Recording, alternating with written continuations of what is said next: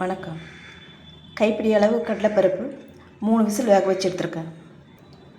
ஒரு வாழைத்தண்டு நார் எடுத்து பொடியாக கட் பண்ணியிருக்கேன். கடாய் சூடானதும் 2 ஸ்பூன் எண்ணெய்,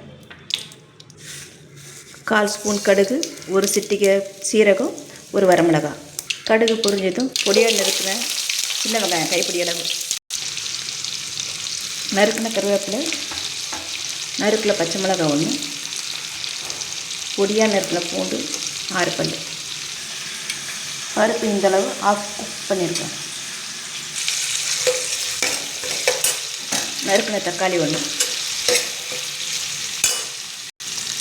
கொத்தமல்லி,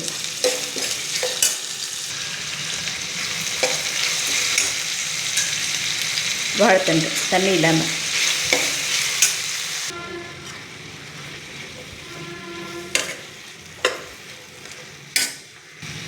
எண்ணெய் கோட் ஆகிற அளவு வாழைத்தண்டு வதங்கினதும் மஞ்சள் பொடி 1/4 ஸ்பூன், மிளகாய் பொடி சிவப்பு மிளகாய் பொடி 1/4 ஸ்பூன், தனியா பொடி 1/2 ஸ்பூன், கொஞ்சமாக உப்பு 1/2 ஸ்பூன், கல் உப்பு தேவைக்கேற்ப.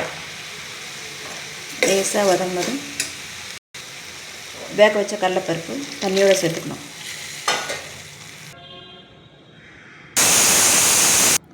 அஞ்சு விசில் வச்சு இறக்கிருக்கேன். திரும்பவும் அதே கடாயில் சேர்த்து தண்ணி சுருண்டு வர வரைக்கும் வைக்கணும்.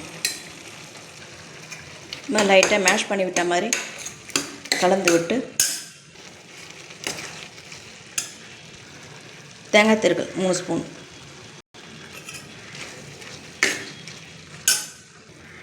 இந்த அளவு சுருண்டு வரும்போது இறக்கிடலாம். வாழைத்தண்டு கூட்டு டயட் இருக்கவங்க சாதத்துக்கு பதில் இது சாப்பிட்லாம். ஸ்பூன் எடுத்து சாதத்தோட காரக்குழம்பு ரசத்தோடு சாப்பிட்லாம்.